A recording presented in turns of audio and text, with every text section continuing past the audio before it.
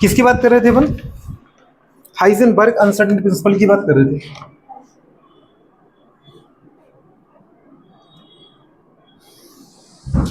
Heisenberg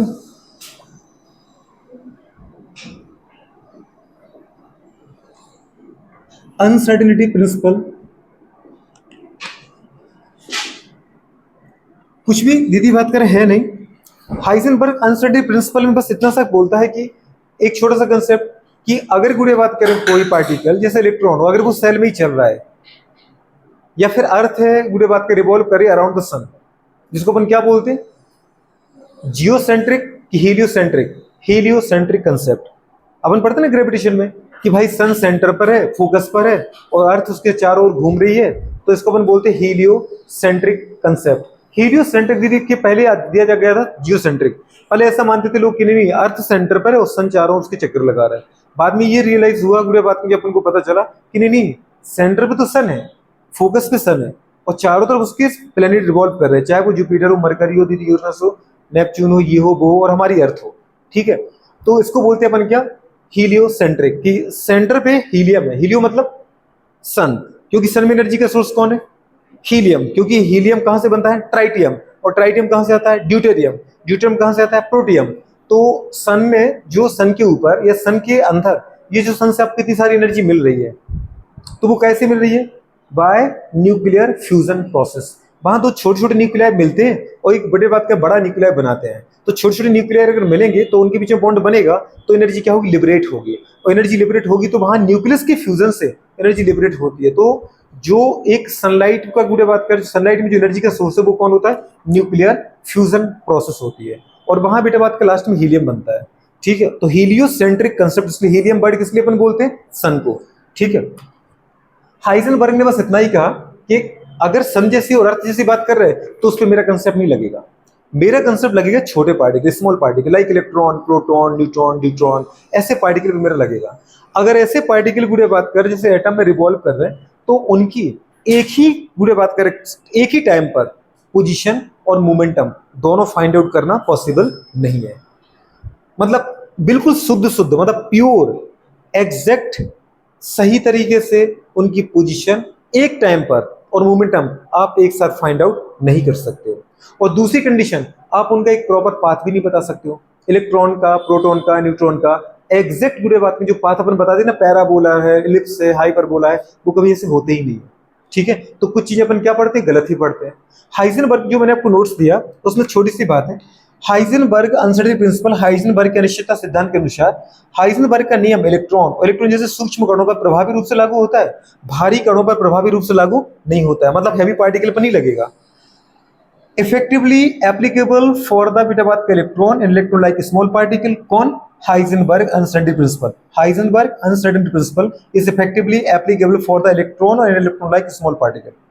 it is impossible to determine simultaneously, मतलब एक साथ ये निर्धारित करना संभव नहीं है। It is impossible to determine simultaneously the exact position, मतलब स्थिति, एंड बेटा बात करें एग्जैक्ट मोमेंटम, मतलब बुरे बात करें संवेग। अगर मोमेंटम ना हो तो वेलोसिटी भी आ जाएगा, क्योंकि अगर पार्टिकल है तो मास तो उसका रहेगा, पर वेलोसिटी इंपॉर्टेंट फैक्टर है।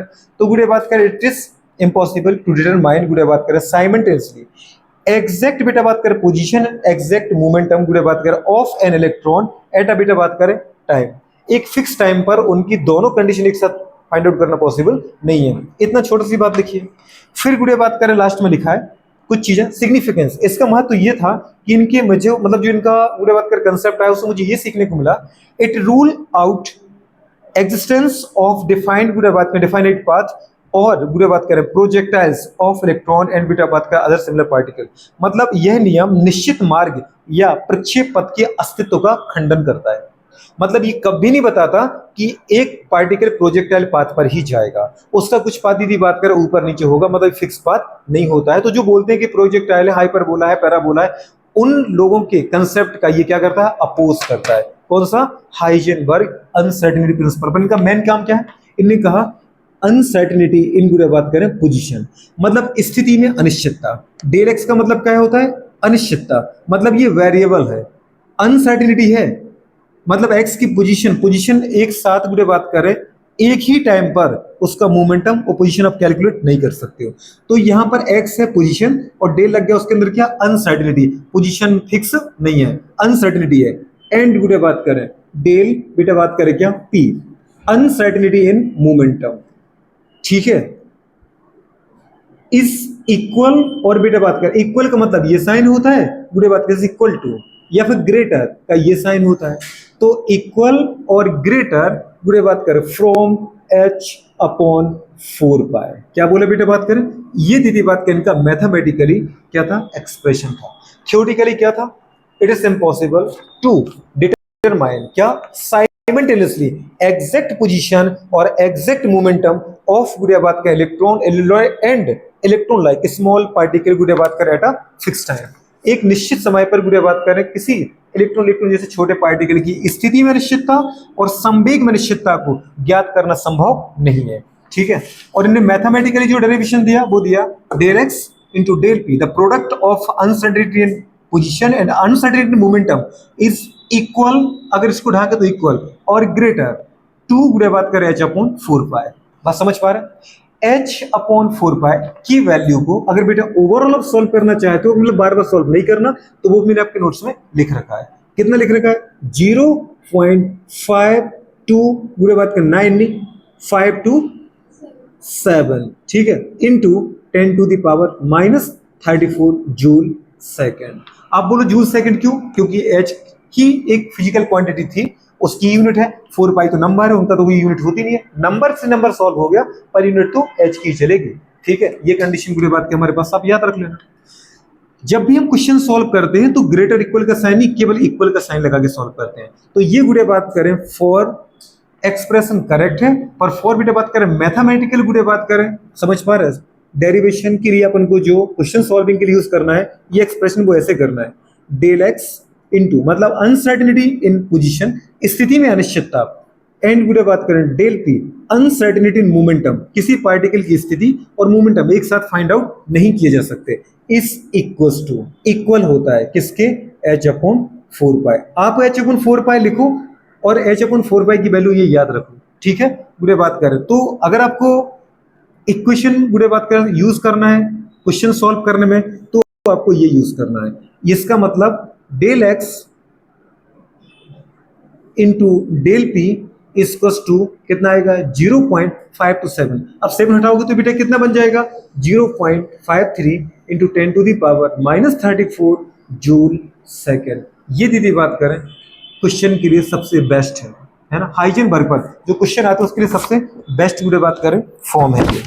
अच्छा दूसरी कंडीशन है गुड़े बात करें, इसको वो लिख कई तरीके से सकता है, जैसे कई बार वो बोलेगा इसमें से कौन सा करेक्ट एक्सप्रेशन है। मोमेंटम की जगह पे गुड़े बात करें क्या कर देगा, मोमेंटम क्या होता है, पी जो होता है वो क्या होता है, एम इंटू वी होता है।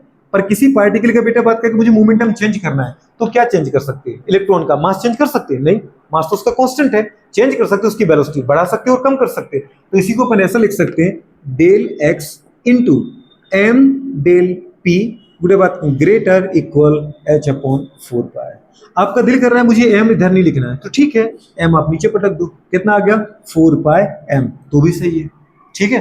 तो सॉरी ये भी था ना बेटा डेल भी, क्योंकि आपको डेल पी बराबर, तो डेल पी बराबर क्या लिखते हैं अपन, डेल एम भी, पर मास चेंज होता नहीं है, तो अपन ने क्या लिखा बेटा एम डेल भी, एम को हमने कहां पटक दिया नीचे, तो यहां पर क्या आ गया बताओ, ये product of uncertainty in position and uncertainty in velocity is greater equal from गुड़े बात करें या that h upon 4 pi m, ठीक है, इतना सा आ जाएगा। तो ये भी सही है, ये भी हाइजेनबर्ग का प्रिंसिपल है, ये भी बस सीधी बात को उसको अलग अलग तरीके से लिख रहे हैं, ठीक है।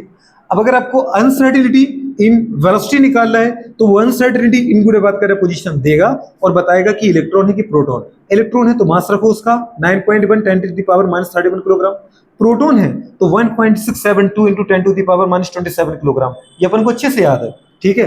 तो बेटा बात करें इससे अनसर्टिनिटी इन वेलोसिटी निकल सकती है h अपॉन पूरे बात करें 4 पाई m इंटू डेल एक्स, वो आपको ये देगा, पार्टिकल का नाम बोलकर मास इनडायरेक्टली दे देगा और आपको ये निकाल देना है। डेल एक्स देगा, डेल एक्स निकलवाने अगर वो आपसे फाइंड आउट करवाना चाहेगा तो डेल भी देगा, तो डेल भी को आप नीचे पटक देना, तो आ जाएगा क्या आपसे डेल पूरे बात करें x equals to h upon 4 pi, ठीक है ना, एम इंटू क्या आ जाएगा डेल वी। तो ऐसे छोटे छोटे से पूरे बात करें एक्सप्रेशन है जिनका अपन यूज करेंगे, समझ पा रहे हो, पोजीशन और वेलोसिटी और मोमेंटम को फाइंड आउट करने में। इससे ज्यादा बुरे बात करें कुछ है नहीं, ठीक है।